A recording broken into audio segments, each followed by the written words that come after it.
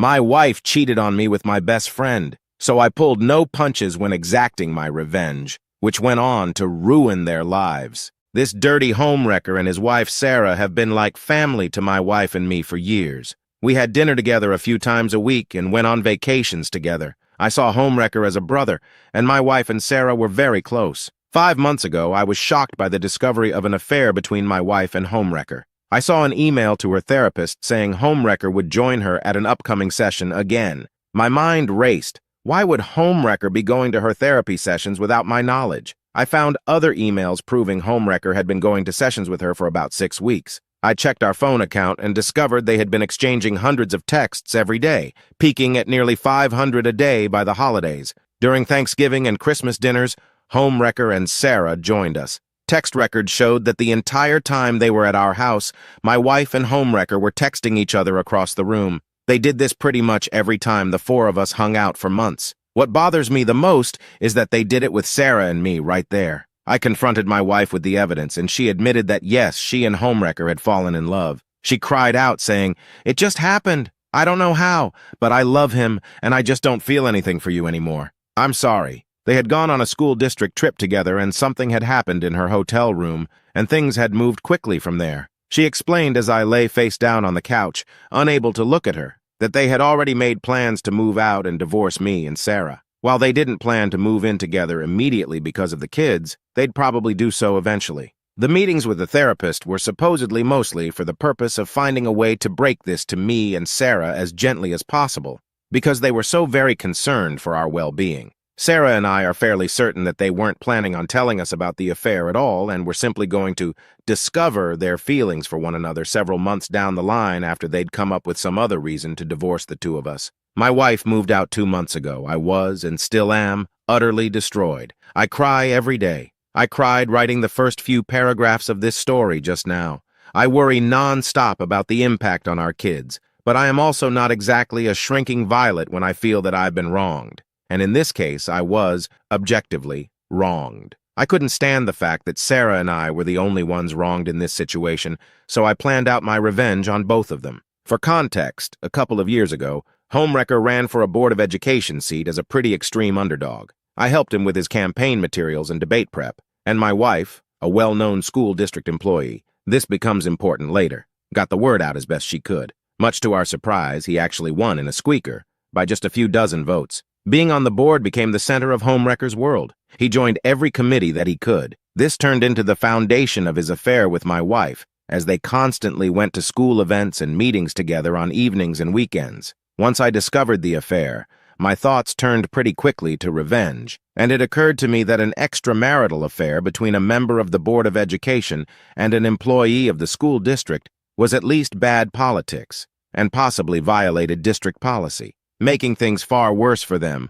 was that my wife was in the running for an open administrative position, and everyone knew that she was more or less guaranteed the job and the major pay raise that came with it. She had just finished her master's degree in school administration at the urging of her principal and the superintendent, so that she could be promoted to this specific position. I had plenty of evidence of the affair, texts from both of them admitting to it, text records showing that they were texting hundreds of times a day, emails to and from the therapist. I considered simply emailing all of the evidence to the board and the superintendent, but I felt like I, as the grieving, betrayed spouse, might not be seen as a credible source. So instead, I invented a fictitious, furious friend who was planning on showing up to the next board meeting and publicly shaming the two of them for their affair. I told my wife that I'd tried to talk this person down but couldn't guarantee that they wouldn't show up and humiliate them publicly. As I expected, this led homewrecker to conclude that the only option was for him to admit the affair to the board preemptively.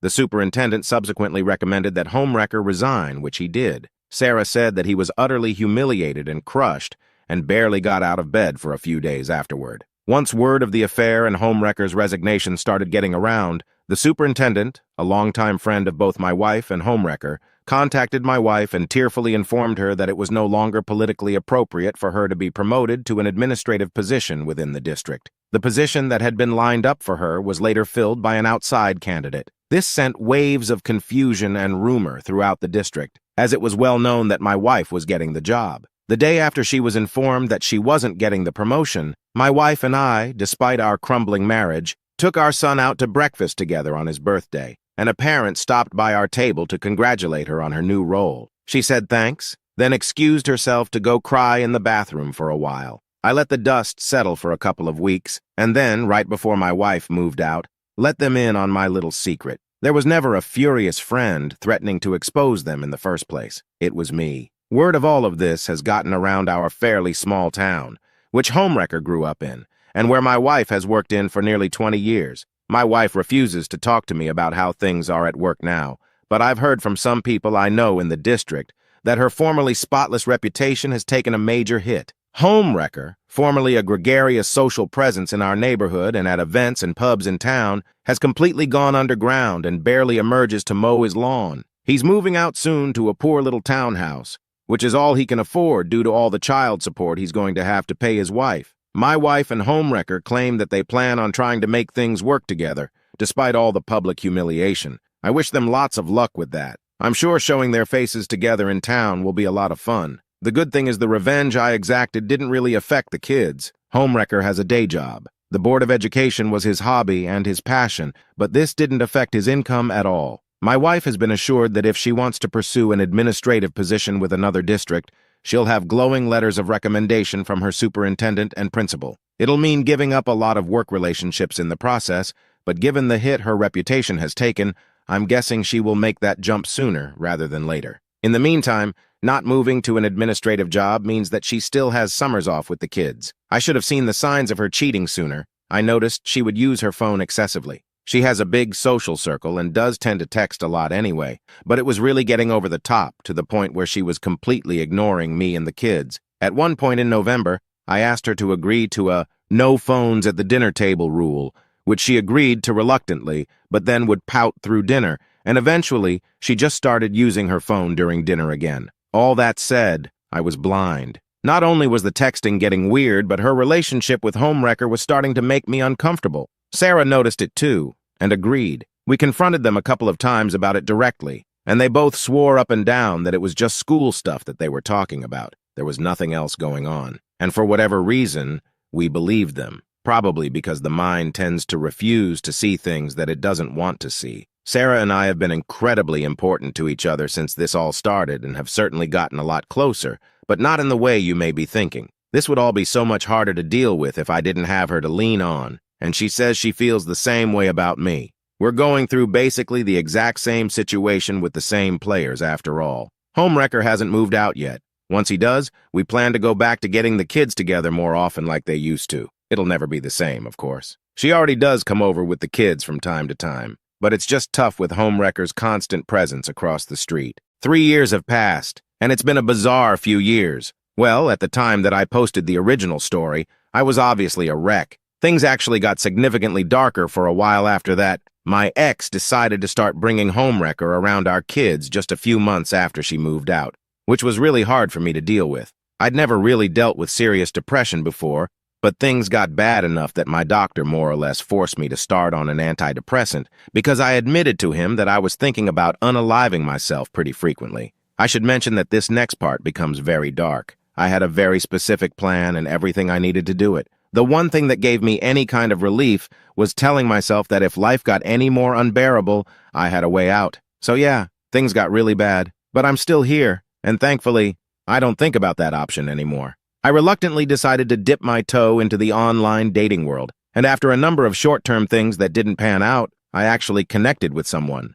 Much to my surprise, we'll have been together for 2 years next month. She's absolutely amazing. We don't live together, and for the time being, we're both okay with seeing each other a few times a week. Would I love to see her more? Of course. Am I ready to live with someone again and go all Brady Bunch with our respective kids? I'm not sure. For now, we have a lot of fun together, and that's more than good enough for me. As far as things stand with my ex and Homewrecker, they're still together, but there seems to be trouble in paradise because my kids report that they almost never see him anymore. My kids don't like him at all and just avoid him when he's around, according to my older one. When all of this started, she had seemed confident that they'd be living together pretty soon, but they still don't, and as far as I know, there are no plans in the works for that. They did buy a boat together, which I find hilarious for some reason. It just seems like the classic affair couple thing to do. Sarah took a long time to accept that her marriage was truly over, but once she did, she really did an admirable job of moving on. She engrossed herself in home improvement projects. She remains the same incredible mom that she's always been, and she's been in a friends with benefits type of relationship, which, in her words, is all she wants right now. She's seeing a nice, funny guy for almost 2 years. We hang out occasionally, especially when my pool is open in the summer. We aren't nearly as dependent on each other as we were initially, but we're still close friends. And no, still nothing more than that, which I'm glad about because I wanted our relationship to remain platonic friends that helped each other get through a very bad experience together without romance getting in the middle of that. My ex left the school district she was working for and took a job in a neighboring district. I have no idea what Homewrecker is up to, nor do I care. I hardly ever see him except at the occasional school event. For a while there, I was worried that he'd look at me the wrong way and I'd wind up in jail for knocking him out in an elementary school cafeteria or something, but I just don't care enough about him anymore for that to be a concern. So all in all, life is okay right now. I do miss being a family. I still have nightmares about all of this stuff and deal with intrusive thoughts at times. I fall asleep to audiobooks now to keep those thoughts at bay. Otherwise, I still struggle to sleep sometimes. But my girlfriend is amazing. I have an incredibly supportive family. I just officiated my sister's wedding a couple of months ago, and I have a big dog who needs lots of walks, and that's a huge help for me on so many levels. Thanks for listening. If you enjoy stories like this, subscribe to see more.